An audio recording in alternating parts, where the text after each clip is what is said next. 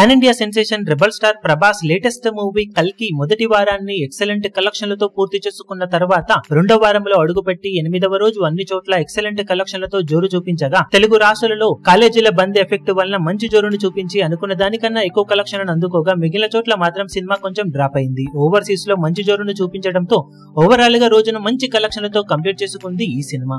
తెలుగు రాష్ట్రాలలో సినిమా 8వ రోజు 7.5 కోట్లకు పైగా షేర్ అందుకోగా వరల్డ్ వైడ్ గా 16-17 కోట్ల దాకా షేర్ వస్తుంది అనుకున్న అంచనాలను మించిపోయే ఛాన్సెస్ ఉన్నా కానీ మొత్తం మీద 17.49 కోట్ల దాకా షేర్ ను 33.5 కోట్ల రేంజ్ లో గ్రాస్ ను వసూలు చేసింది. దాంతో టోటల్ గా 8 రోజులు పూర్తయిన తర్వాత వరల్డ్ వైడ్ గా సినిమా సాధించిన కలెక్షన్లను చూసుకుంటే నైజాం లో 71.06 కోట్లు, సీడెడ్ లో 16.32 కోట్లు, వైజాగ్ లో 16.38 కోట్లు, ఈస్ట్ లో 9.7 కోట్లు, వెస్ట్ లో 7.2 కోట్లు, గుంటూరులో 8.84 కోట్లు, కృష్ణాలో 8.73 కోట్లు, నెల్లూరులో 4.61 కోట్ల దాకా షేర్ అందుకున్న ఈ సినిమా మొత్తం మీద తెలుగు రాష్ట్రాలలో 142.84 కోట్ల దాకా షేర్ ను 221.55 కోట్ల రేంజ్ లో గ్రాస్ ను అందుకుంది. ఇక కర్ణాటకలో 23.20 కోట్లు, తమిళనాడులో 14.35 కోట్లు, కేరళలో 7.60 కోట్లు, హిందీ అలాగే రెస్ట్ ఆఫ్ ఇండియాలో 84.40 కోట్లు, ఓవర్సీస్ లో 89.05 కోట్ల దాకా షేర్ అందుకున్న ఈ సినిమా టోటల్ వరల్డ్ వైడ్ గా